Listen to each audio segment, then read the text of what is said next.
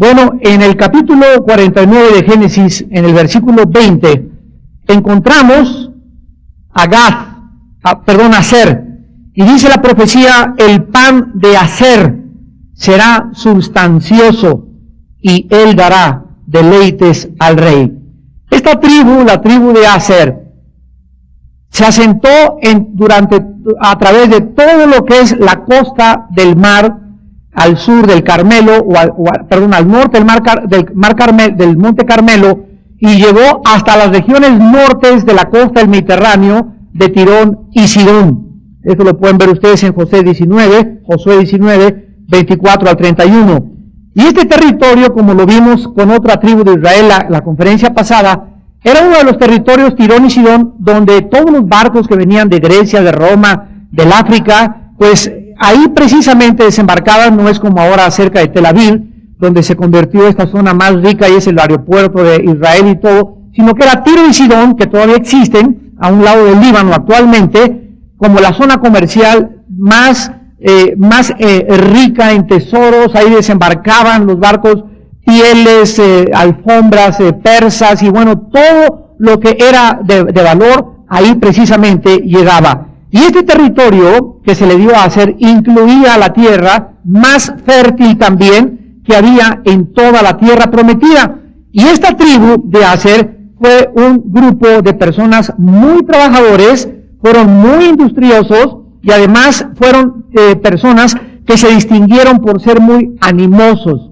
Eran personas que tenían ganas de trabajar, de adelantar, siempre listos para hacer o para entrar en acción. En Deuteronomio 33, versículo 24, Moisés profetizando dijo a Aser, bendito sobre los hijos sea Aser, sea el amado de sus hermanos, y moje en aceite su pie. La palabra Aser significa afortunado, o podríamos decir suertudo, o que le va bien, o feliz. Y más tarde esta tribu, por tantas riquezas y por vivir en un territorio sumamente próspero, comenzó a volverse indulgente, comenzó a sentarse en sus riquezas, a entrar en un letargo espiritual y a un tipo de lujos que disfrutaron principalmente durante el tiempo de los jueces. Y después, ahí en Jueces del 5, versículo 17 al 18, se rehusaron, porque pues estaban tranquilos: yo tengo mi carro, y tengo mis trajes, y tengo mi dinero. Se rehusaron a pelear al lado de sus hermanos y al lado de las demás tribus. Así que Aser es un ejemplo en esta noche para todos nosotros, para que cuando nosotros lleguemos a un nivel de prosperidad, o de que tienes tu trabajo y de que todas las cosas vayan bien, no te duermas en tus laureles, como decimos en México. No te acuestes en tu hamaca con tu coco y con tu palma y con tu sirvienta ahí echándote viento, ni creas que las cosas en el mundo van a ser así. Necesitamos estar continuamente buscando la forma de ayudarnos unos a otros. La iglesia necesita de tu ayuda, las familias necesitan de tu ayuda, y en todos lados donde nos encontremos no podemos permanecer impávidos, ni aletargados, ni ser indolentes. Dice Romanos 12:11, en lo que requiere diligencia, no perezosos, fervientes en espíritu, sirviendo al Señor. Tenemos en segundo lugar a Neftalí, en el versículo 21, Génesis 49, y dice: Neftalí, sierva suelta, que pronunciará dichos hermosos. Esta tribu, proféticamente, sería comparada con una sierva. En el hebreo es un venado. Los siervos son los venados.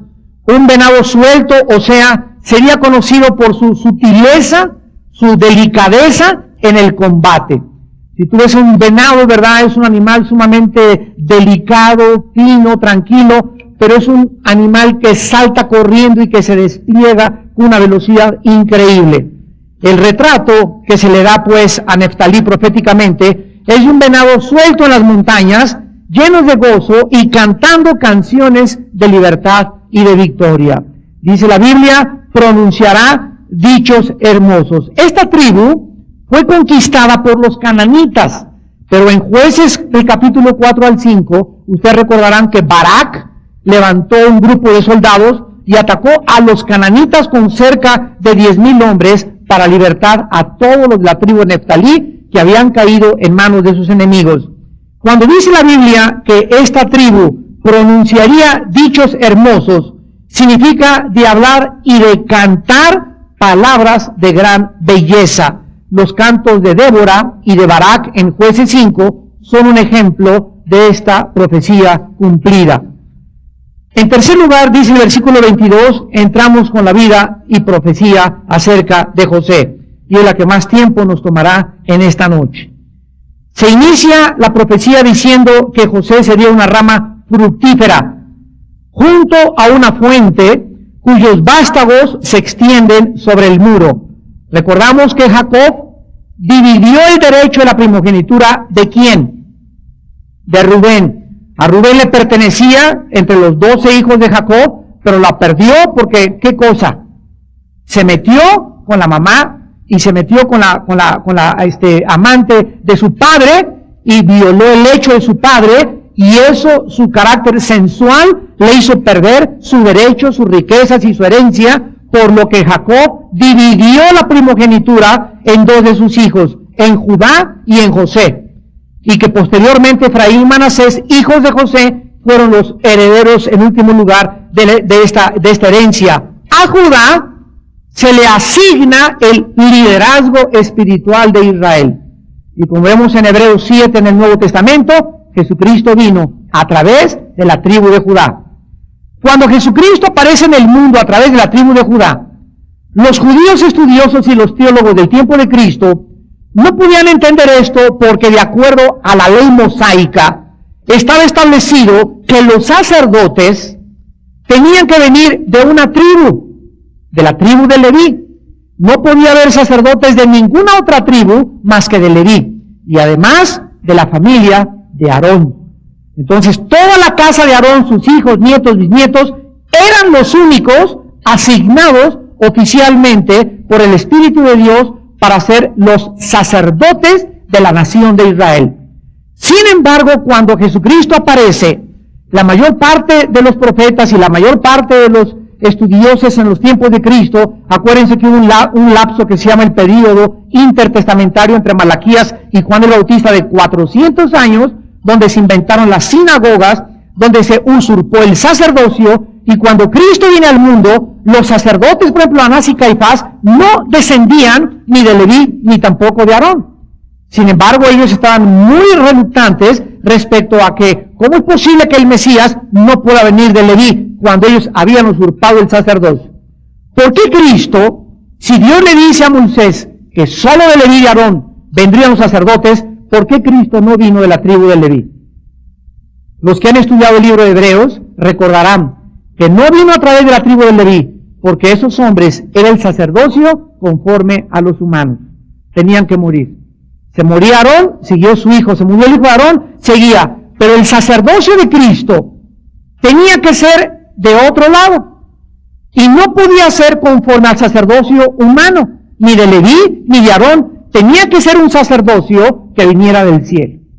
Directamente ungido del cielo. Y este sacerdocio al cual Cristo perteneció se llama el sacerdocio según Melquisedec. La palabra Melquisedec significa rey de justicia y es el único título que se le asigna a Jesucristo. Entonces, cuando Jesucristo aparece, su sacerdocio no podía ser humano porque el sacerdocio de Cristo es eterno. Y el de Leví y de Aarón era humano y como consecuencia era temporal. Así que cuando Jesucristo aparece con su sacerdocio, muere en la cruz del Calvario, y al hacer su sacrificio, ¿quién iba a seguir haciendo sacrificios?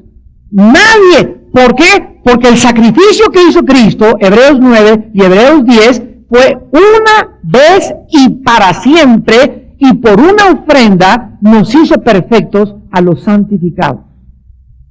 Y solo ese hombre llamado Jesús podía morir en la cruz en nuestro lugar, porque su sacerdocio tenía, una vez muerto Jesucristo, que continuar viviendo para interceder por nosotros. Hebreos 7:25.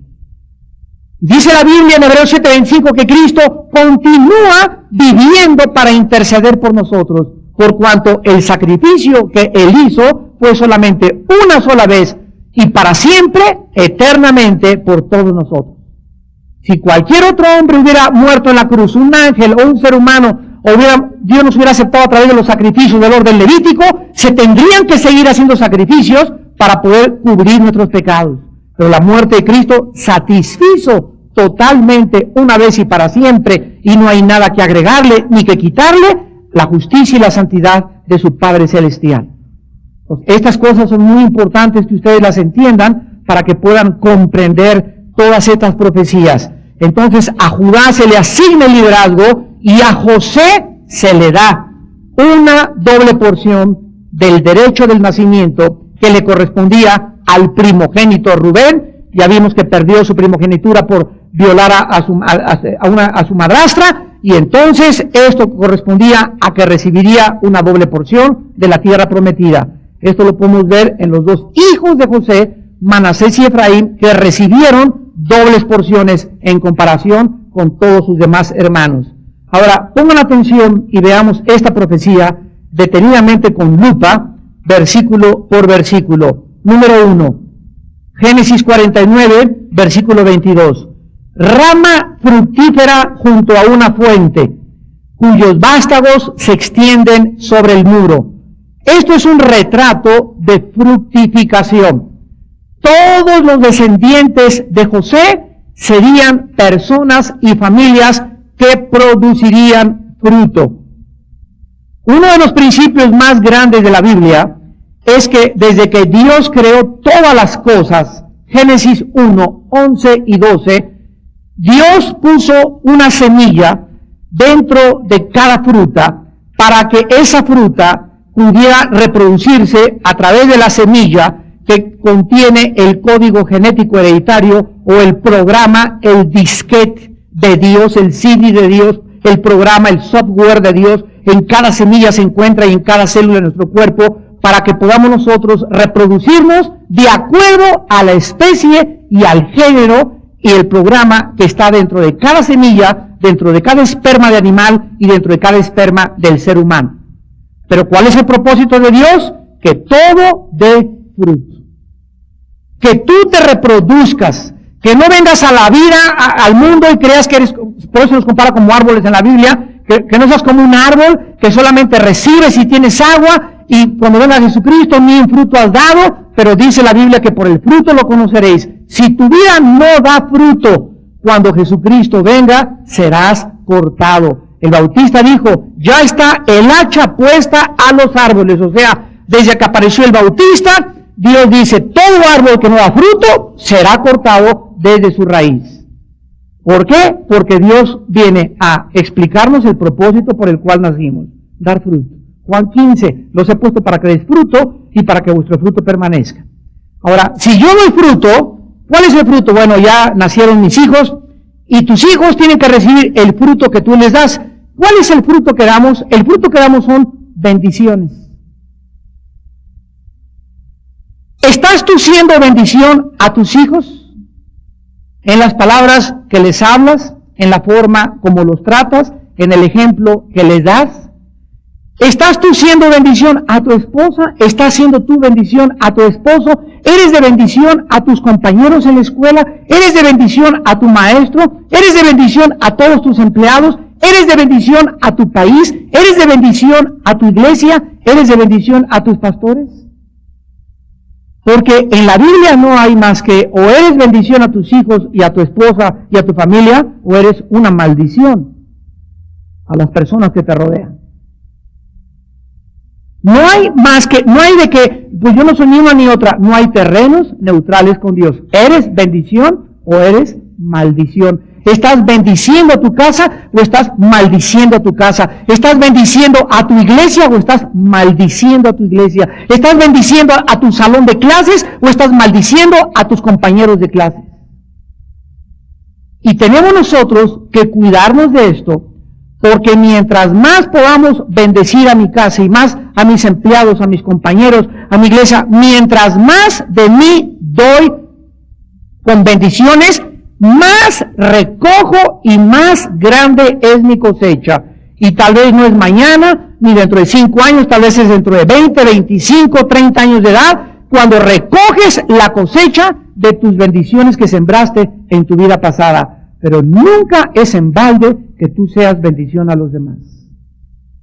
Dios no es deudor de nadie, ni tampoco se va a olvidar del amor que tú has tenido por sus santos, ni el vaso de agua que diste en el nombre de Jesús, ni al pobrecito allá afuera que te quiso lavar las ventanas de tu carro y que le diste 15, 20 pesos. Dios no se va a olvidar de esto, porque el que bendice al pobre en el día malo, Dios se acordará de él.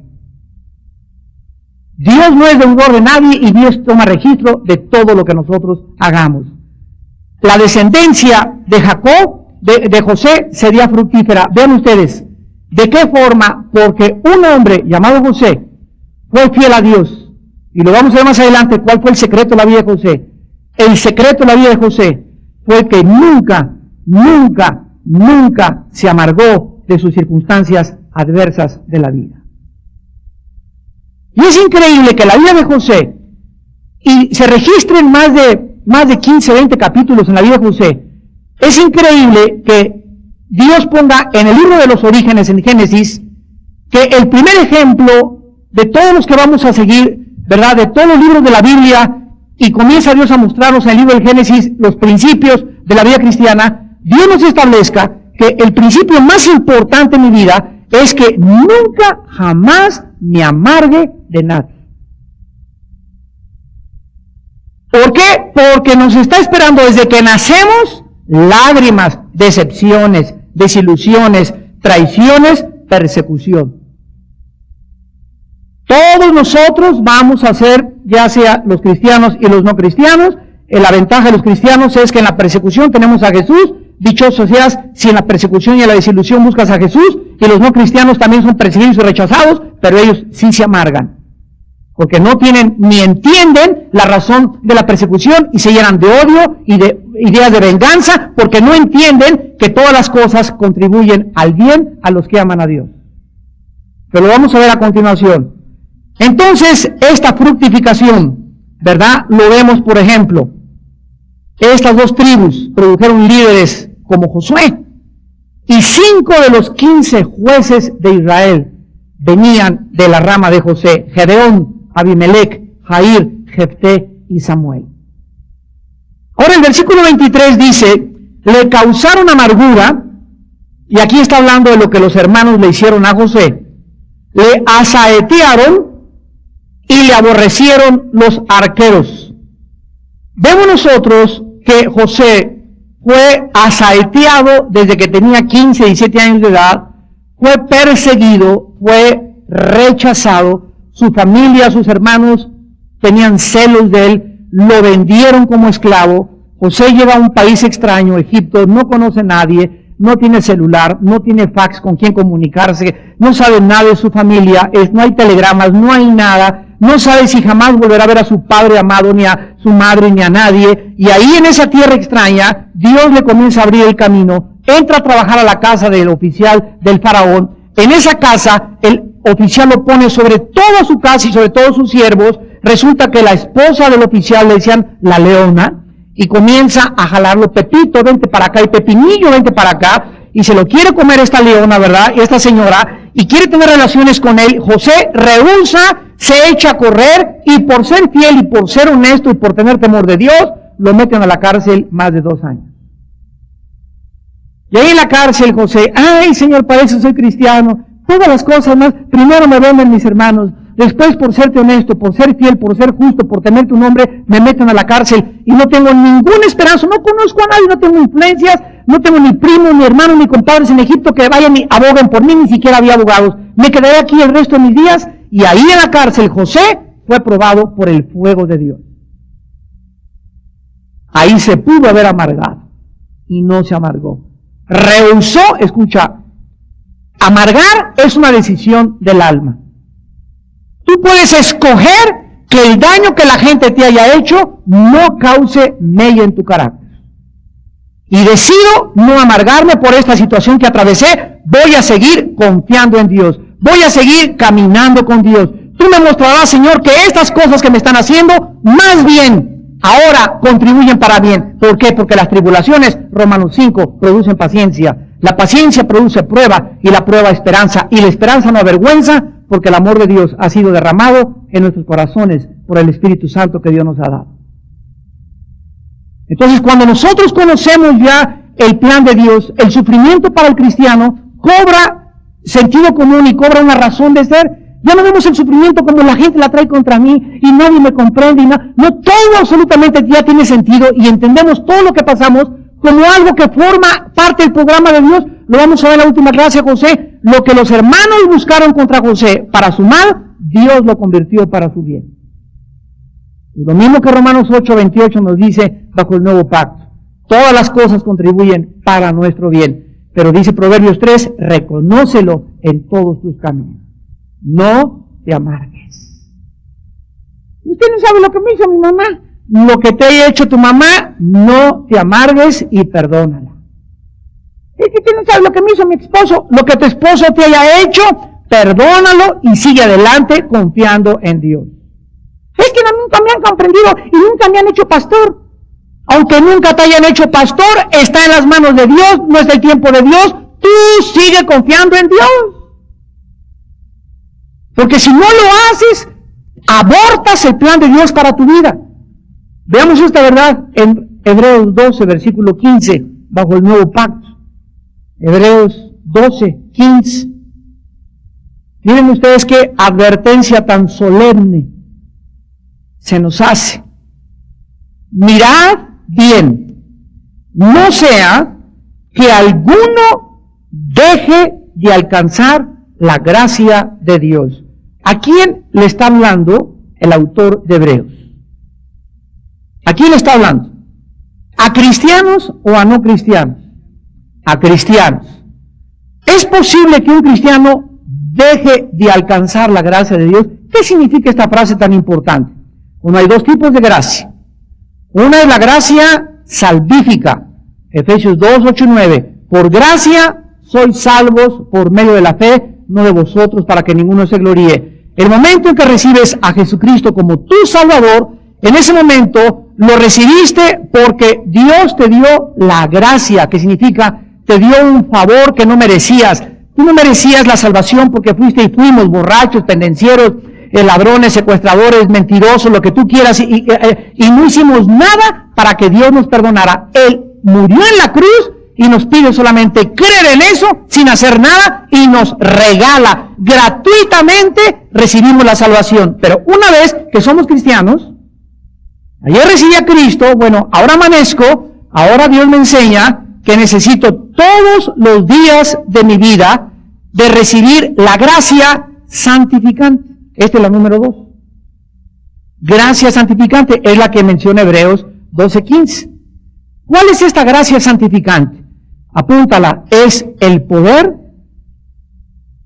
o la capacidad que Dios nos da para que podamos hacer su voluntad. Es el poder o la capacidad que Dios nos da para que podamos hacer su voluntad. Vamos a explicarlo. Ya soy cristiano, por gracia fui salvo. Ahora, en mi vida cristiana necesito todos los días la gracia de Dios para poder ser padre. La gracia de Dios para ahora llegar a mi trabajo y resolver los problemas. La gracia de Dios para como pastor resolver los problemas de la iglesia. La gracia de Dios para hacer negocios. Para todas las cosas de la vida necesitamos la gracia de Dios. Cuando me presento ante el secretario de Hacienda, cuando me presento ante el jefe de mi trabajo, en cualquier área de mi vida, con la persona que voy a hablar, hoy voy a hablar con mi suegra, voy a hablar con mi cuñado, necesito en el momento de hacer todo, que la gracia de Dios esté en mi vida. Si la gracia de Dios no está en mi vida cuando yo estoy viviendo, no puedo hacer nada, ni nada me saldrá bien. Ahora, ¿saben ustedes qué es lo que nos impide recibir este poder o esta gracia? versículo 15 del capítulo 13 de Hebreos, una raíz de amargura. ¿Ya lo leyeron? Que brotando alguna raíz de amargura. Cuando la Biblia habla de una raíz, ¿de qué está hablando?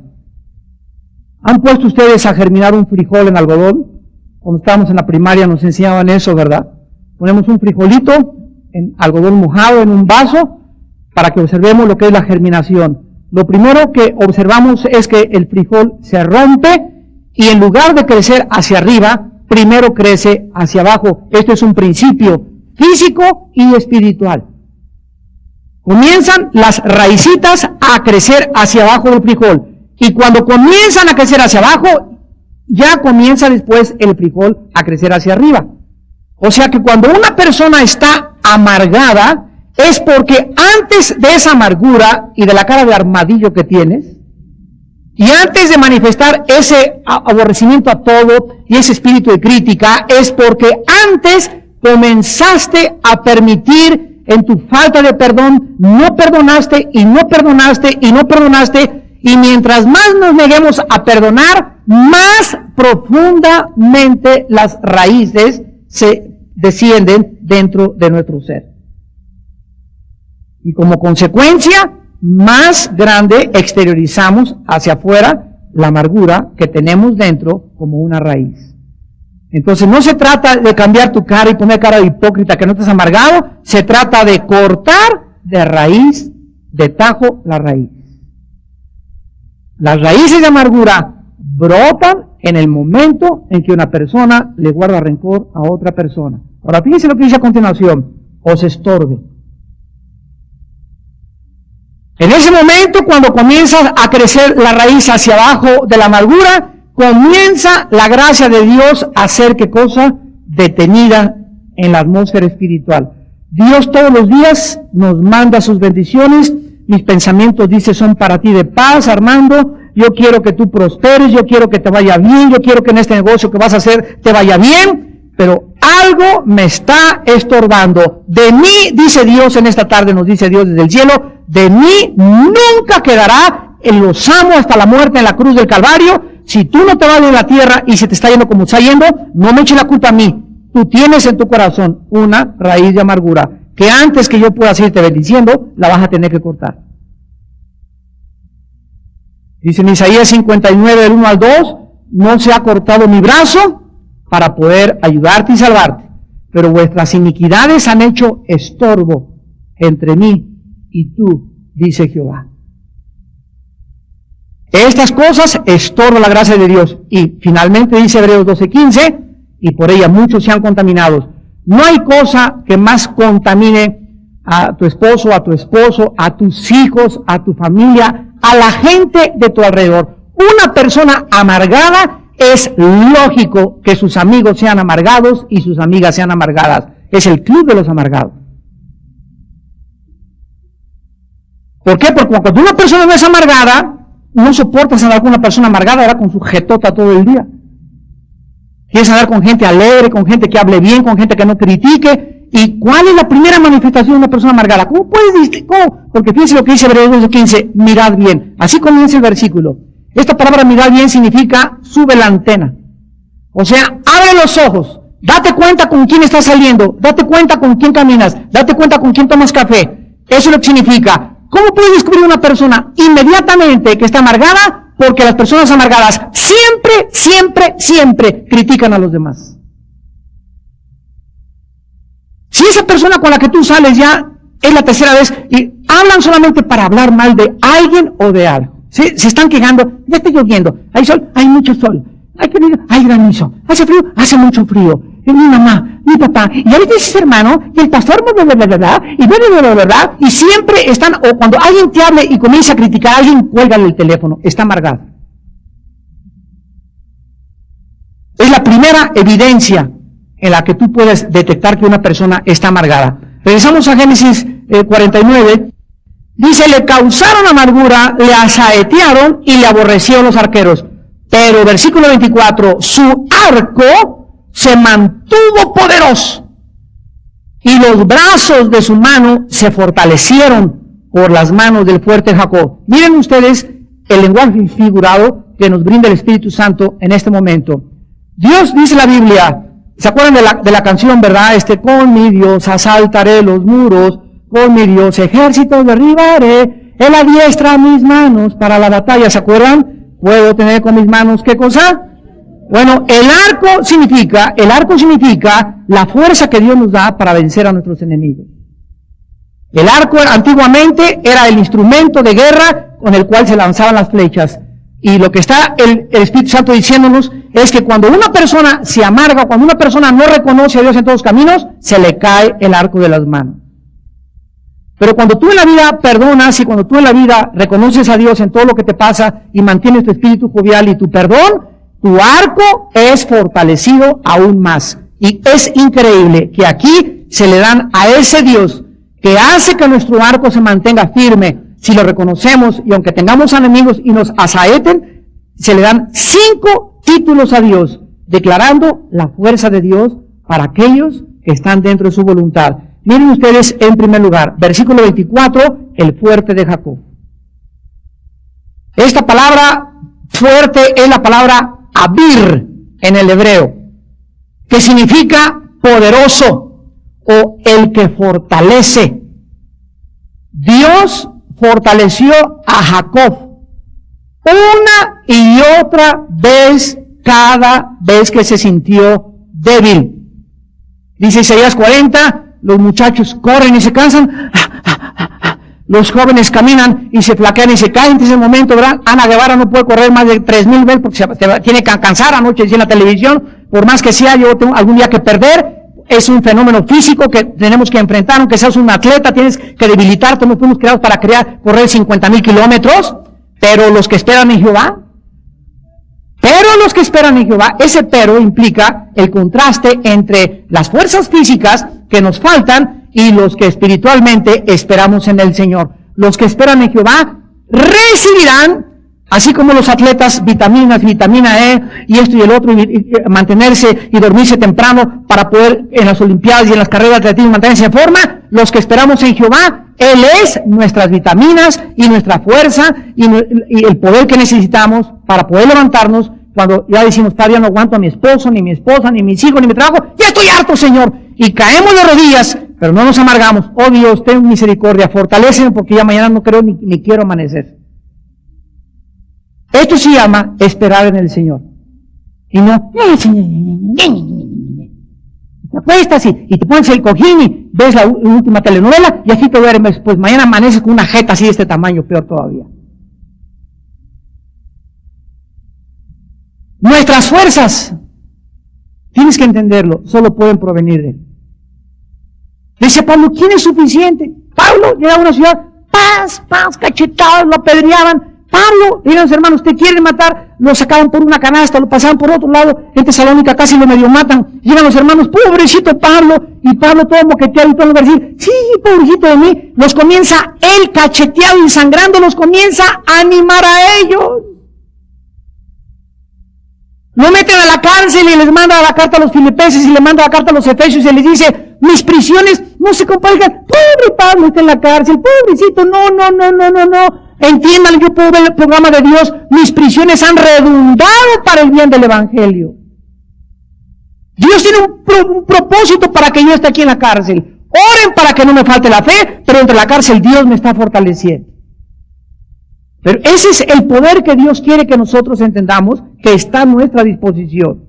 Dice en Efesios 6:10, fortaleceos en el Señor y en el poder de su fuerza. En el original griego dice, saca fuerza de Dios porque tú no tienes ningunas. ¿Quién tiene fuerza para seguir siendo papá, para seguir siendo mamá? Los problemas que tenemos alrededor nos agobian a todos. Yo no sé qué problema estés atravesando en esta tarde, pero si estás desanimado y ya no puedo más, no esperes que el pastor, ayuda, el pastor te va a decir qué es lo que puedes hacer o te da una palma de la mano, pero el que te va a fortalecer es Dios. ¡Es Dios! Hermano, pues les pedí ayuda como a 5 pastores y ninguno me ayudó. Es que los pastores no son Dios. Es más, puede ser un hombre más que siete, la Biblia dice esto, la Biblia aquello, pero dependen siempre de los hombres, de los hombres, de los hombres, y nunca tienen tiempo para recibir y experimentar en la noche, en tiempos de ayuno, el poder y la fuerza de Dios. Maldito el hombre que confía en el hombre, dice Jeremías 17. Los pastores no somos dioses, lo hemos dicho tantas veces. No culpes al pastor, no culpes a tu mamá, no culpes a tu amigo que no te fortaleció, no culpes, nadie estuvo en el hospital y nadie me fue a ver. Tal vez cuando tú no estabas en el hospital y estabas sano, nunca fuiste a ver a nadie al hospital. Y por eso estás recogiendo tu cosecha, nadie te va a ver, ni el plomero del hospital te va a ir a ver.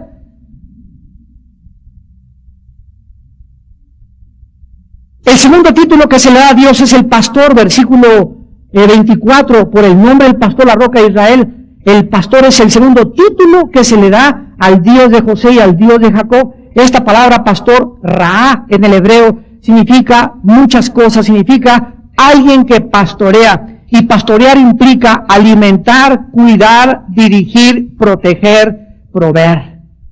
Todas estas palabras están alrededor de la palabra pastor. Y es un retrato de Dios, porque Jehová dice, el versículo capítulo 23 de Salmos, es nuestro pastor, Dios nos proveerá, Dios nos cuidará, Dios nos dirigirá, Dios nos alimentará. Gracias a Dios que tenemos ese Dios que quiere proveer todas estas cosas para nuestra vida. Y así lo seguirá haciendo con todos nosotros que descendemos de Jacob. Dice, por ejemplo, en Isaías capítulo 40, versículo 11, como pastor apacentará su rebaño, en su brazo llevará los corderos, y en su seno los llevará, pastoreará suavemente a las recién paridas. ¿Te has tú, hermano, alguna vez en tu vida sentido? ¿Te acuerdas cuando éramos niños? Cuando un niño nace, el primer año, 2 años de la vida de un ser humano, lo único que el niño necesita es pegarse al pecho de su mamá. Saca de la mamá la leche, el niño recibe la leche. En cuanto recibe el alimento, el niño y se despierta y otra vez a succionar y otra vez a dormirse. Y así pasa 1 año de nuestra vida. ¿Y saben ustedes cómo se llama en el hebreo la palabra succionar la leche y descansar? Se llama El Shaddai. Y se tradujo el omnipotente.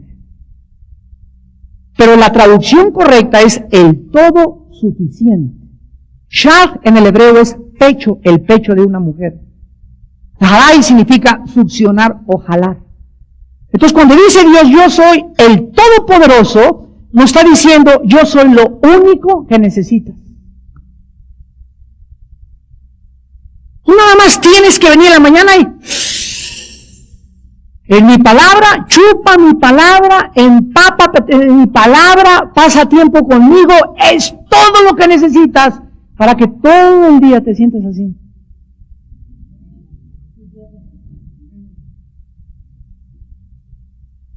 Y esto es lo que Él nos trata de enseñar. Busca mi reino, en Nuevo Pacto, sí, Mateo 7:33, busca mi reino, o sea, ¿dónde lo encontramos? Pues en la Biblia, búscame aquí en la palabra, lee mi palabra, trata de encontrarme, ora y Padre, quiero que me hables en la mañana, quiero que haya palabras que sacien mi alma, que me alimenten, pero necesitas pasar 20 minutos, media hora con Él en la palabra de Dios, y todas las demás cosas te las daré por añadidura. ¿Qué nos dice Dios? Todo lo demás te lo doy si nada más succionas de mí mi alimento. Y eso está involucrado en la palabra pastor. Miren ustedes cómo termina la carta de Hebreos en el capítulo 13, versículo 20 del libro de Hebreos bajo el Nuevo Pacto. Dice Hebreos 13:20, y el Dios de paz, que resucitó de los muertos a nuestro Señor Jesucristo, el gran Ra, el gran pastor de las ovejas, por la sangre del pacto eterno. Miren ustedes con delicadeza y con detalle y atención lo que sigue. Os haga aptos. Dios es el que me hace apto para predicar. Dios es el que me hace apto para poder ser padre. Dios es el que me hace apto para poder ser hijo. Toda la capacidad del ser humano para hacer cualquier cosa en la vida tiene que provenir del cielo.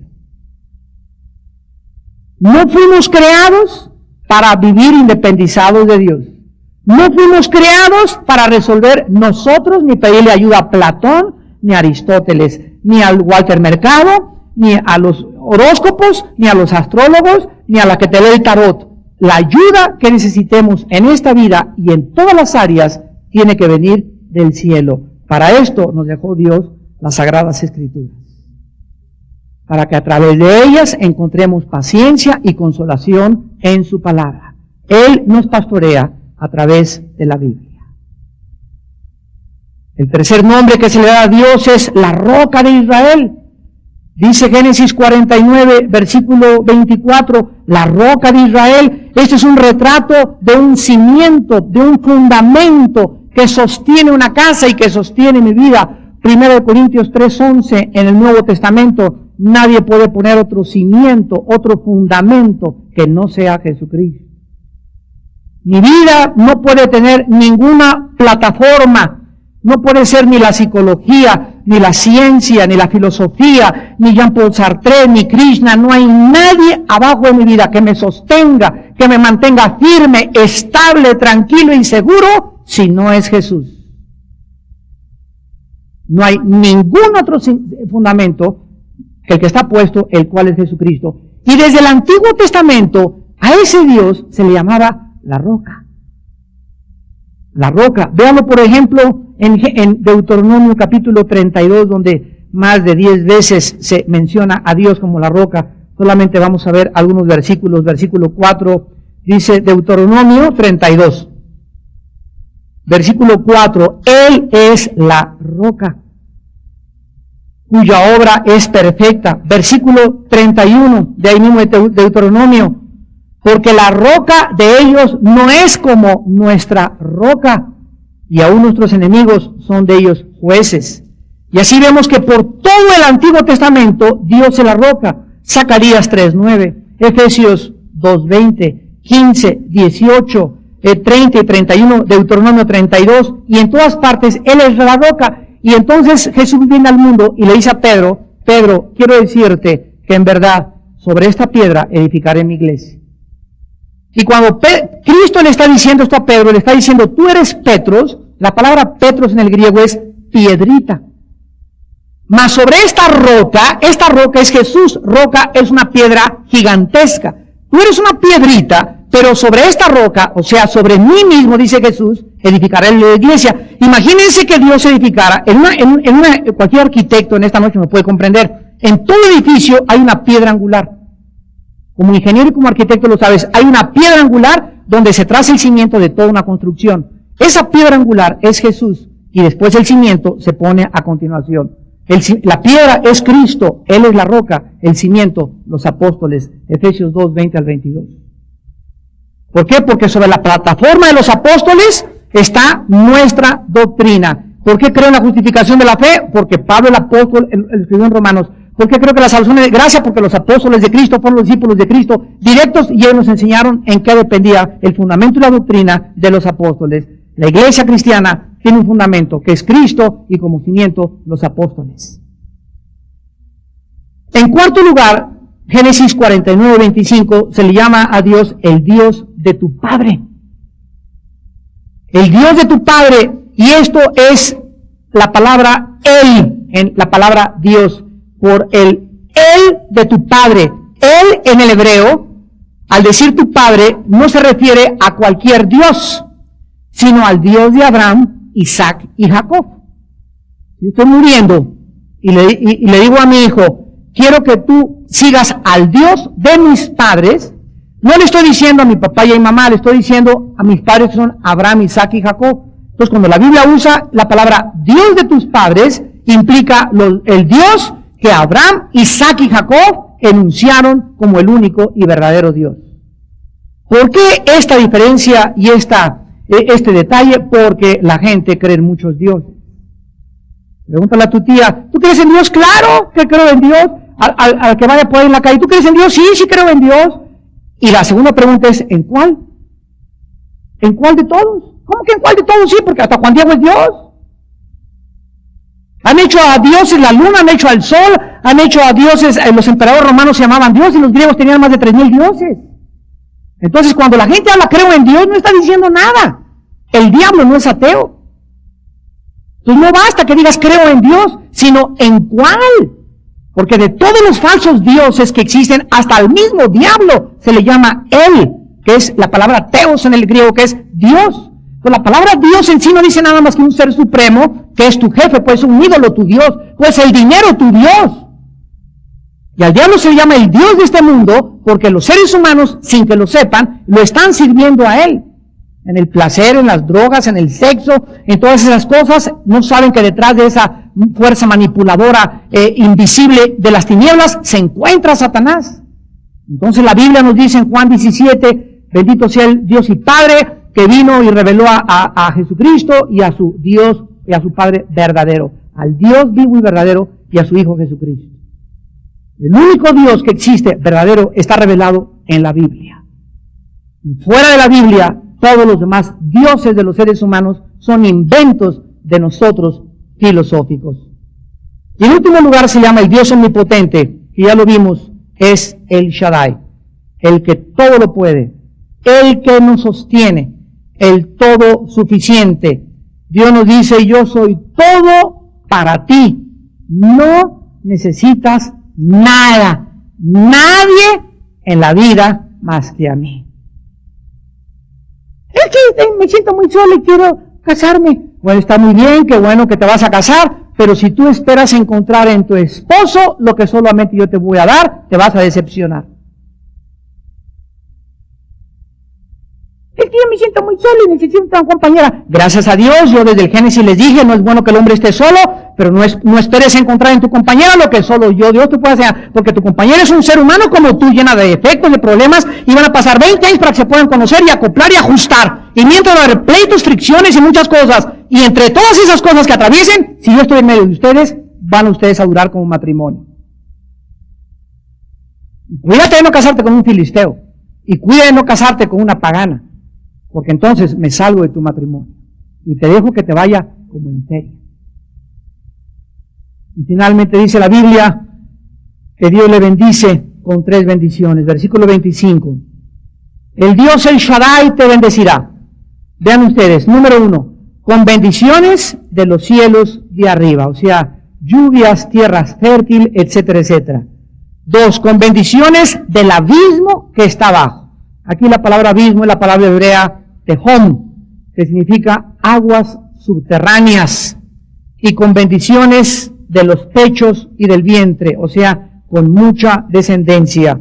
También dice el versículo 26, las bendiciones de tu Padre fueron mayores que las bendiciones de mis progenitores.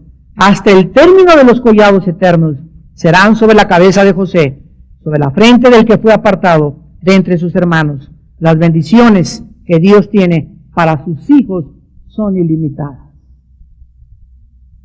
Oh, si tan solo supiesen, dicen Deuteronomio capítulo 5, oh, que pudieran temer mi nombre para que les fuera bien a ellos y a sus hijos después de ellos. Si pudiésemos comprender lo que Dios tiene en la bóveda del banco del cielo guardado para que lo hagamos efectivo aquí abajo en la tierra.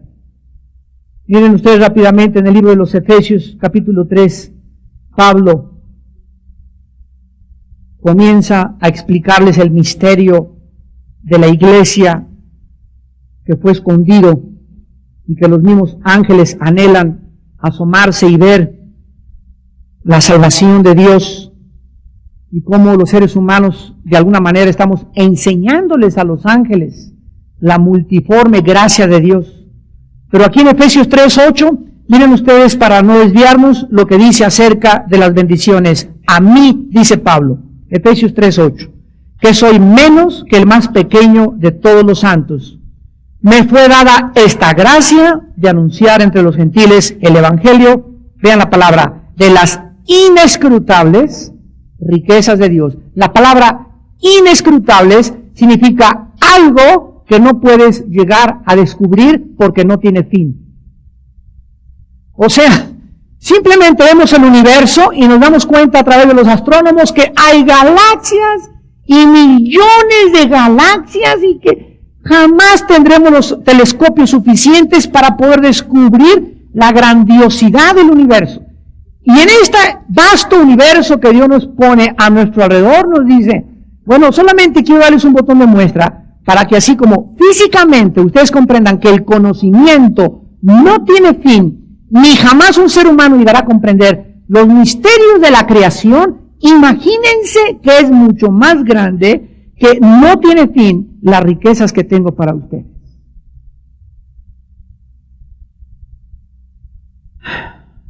Por eso dice la Biblia, el que cree que sabe algo, no lo sabe como lo debería de saber.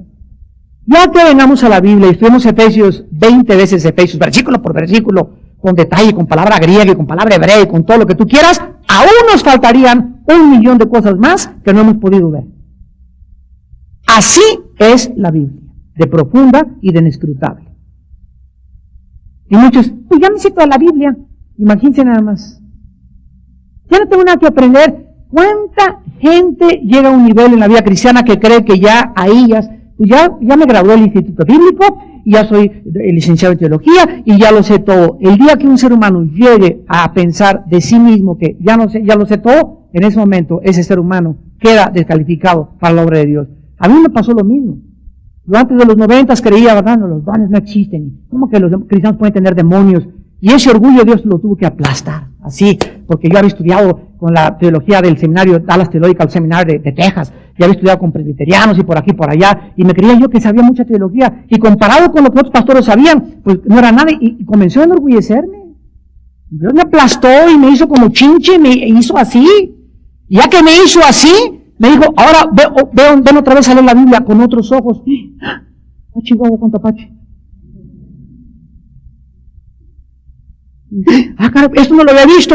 Ah, caray, ¿ya viste a Ananías y Zafira? Sí. ¿Y qué dice? Satanás llenó su corazón. ¿Y qué decías, que Satanás no podía entrar a un cristiano? ¿Qué significa llenar? Pleuro en el griego, que es la palabra de Hechos 2, fueron llenos del Espíritu Santo. Satanás llenó el alma de un cristiano llamado Ananías. Pero no puede entrar Satanás a un cristiano. Sí. Los dones no existen. ¿Y qué dice él en 1 Corintios 13? ¿Tú crees que nada más fueron para los tiempos de los apóstoles? Pues estás muy equivocado, y así Dios nos agarra y me dice, mira, lo que tú querías saber, te falta conocerlo. Y tú querías esto, ahora te voy a enseñar más, y ahora te voy a abrir los ojos. Y en la medida en la que nosotros, amados hermanos, somos humildes en el conocimiento, Dios nos revela, mediante su Espíritu, las inescrutables riquezas de Cristo. Pero tenemos que mantenernos nuestra mente abierta. Y no decir, pues, esto no existe, esto no lo creo, vuélvelo a estudiar otra vez, y vuélvelo a estudiar, y vuélvelo a estudiar, y entonces podrás descubrir que lo que sabías no lo sabías, o lo sabías de una forma parcial, porque el conocimiento es en parte. Lo que conocemos, no lo conocemos como deberíamos de conocer. Y finalmente, acabamos en Génesis 49 con Benjamín. Es lobo arrebatador. A la mañana comerá la presa, y a la tarde repartirá los despojos. Benjamín significa hijo de mi mano derecha, hijo de mi diestra. Recuerden que cuando iba muriendo su madre fue cuando nació. Y se le compara a esta tribu con un lobo feroz. Los lobos son animales muy fuertes, sensitivos, leales, astutos, muy inteligentes y sumamente feroces. Son animales que siempre están, pero con la parabólica abierta. Son sumamente alertas y siempre están listos para poder llegar y arrebatarle. Por ejemplo, si un león llega, o un animal más grande que no puedan pelear con ellos, y deja un pedazo de carne, inmediatamente van para arrebatar el botín.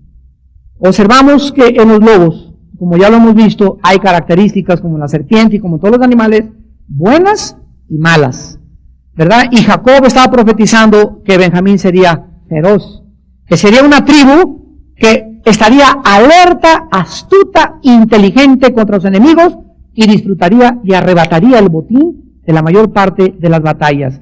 Benjamín, sin embargo, al mismo tiempo fue la tribu más pequeña, pero la más brava, y combativa, como dice aquí, como un lobo arrebatador. Produjo líderes como Ehud, segundo juez de Israel, Saúl, primer rey de la nación, Abner, el primer general del ejército judío, Jonatán, el íntimo amigo más querido de David, pero también sus descendientes de Benjamín. Al mismo tiempo que le darían cualidades positivas de los lobos, ellos también tendrían que cuidarse de las características negativas de los lobos.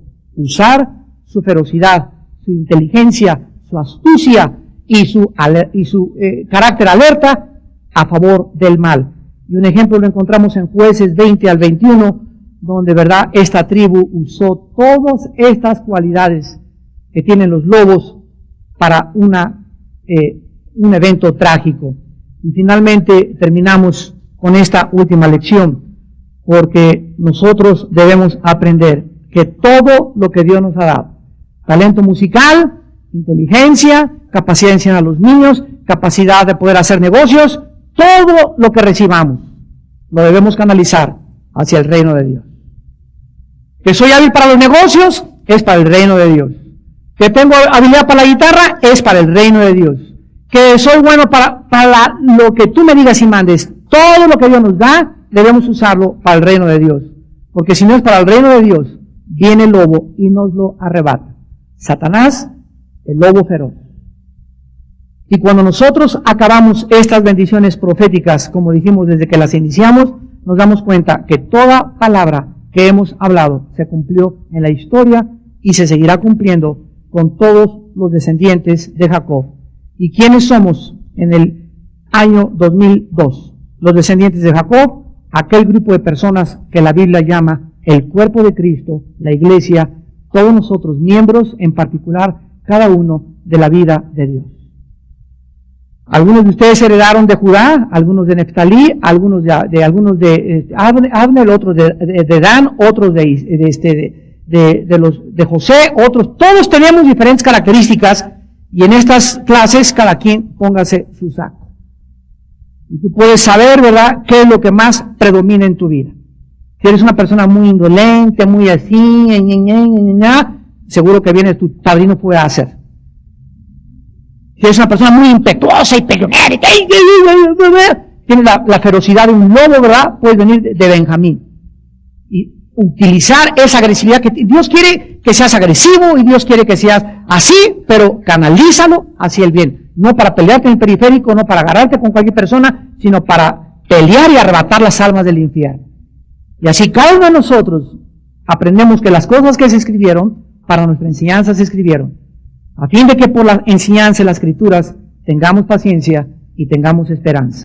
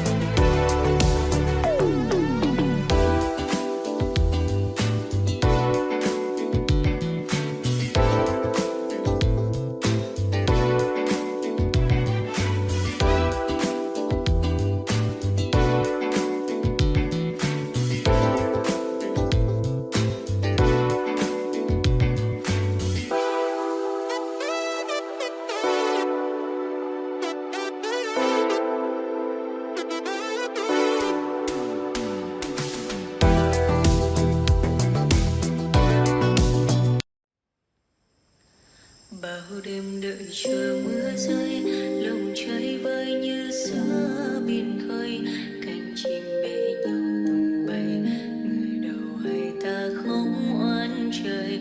Bao năm tình yêu chưa phai, giờ chia hai đôi lứa lạc nhau, lối gió số phận đã không an bài bền lâu. Người đi về đâu giờ em không lưu luyến nữa, ôm thêm bao nhiêu đắng cay, không chỉ sau này mình còn gặp được